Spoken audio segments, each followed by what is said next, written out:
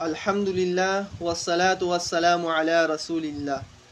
میرے عزیز بھائیوں اور بہنوں، آج کے اس بیان کا موضوع ہے کہ مفتی طارق مسعود صاحب کا وضاحتی بیان جو انجینئر محمد علی مرزا کے بارے میں سامنے آیا۔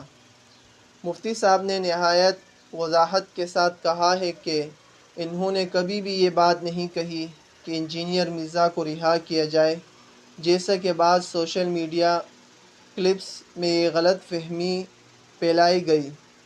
اصل میں ان کا مقصد یہ تھا کہ قانون کو اپنے ہاتھ میں لینے کے بجائے عدالت اور قانون کے نظام کے تحت فیصلے ہونے چاہیے۔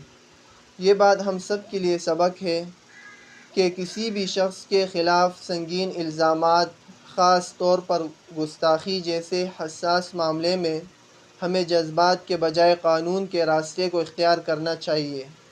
اسلام عدل اور انصاف کا دین ہے۔ رسول اللہ صلی اللہ علیہ وسلم نے خود بھی فرمایا کہ اگر تم میں سے کسی پر کوئی مقدمہ ہو تو قاضی کے پاس لے جاؤ، نہ کہ خود فیصلہ کرو۔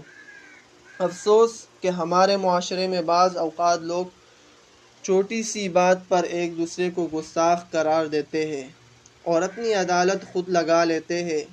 یہ نہ صرف اسلامی تعلیمات کے خلاف ہے بلکہ ملک میں انتشار کے پھیلانے کے مترادف ہے۔ مفتی طارق مسعود صاحب نے یہ بھی واضح کیا کہ وہ گستاخ رسول کے بارے میں کسی نرمی کے قائل نہیں، لیکن ساتھ ساتھ یہ بھی حقیقت ہے کہ فیصلہ کرنا عدالت کا کام ہے، ہجوم کا نہیں۔ ہم سب کو چاہیے کہ ہم اپنی زبان اور اپنے بیانات میں احتیاط کریں اور کسی بھی بات کو بغیر تحقیق آگے نہ بڑھائیں، سوشل میڈیا پر کٹ پیس کلپس سے گمراہ نہ ہو۔ اللہ تعالی ہمیں حق بات کو سمجھنے اور اس پر قائم رہنے کی توفیق عطا فرمائے۔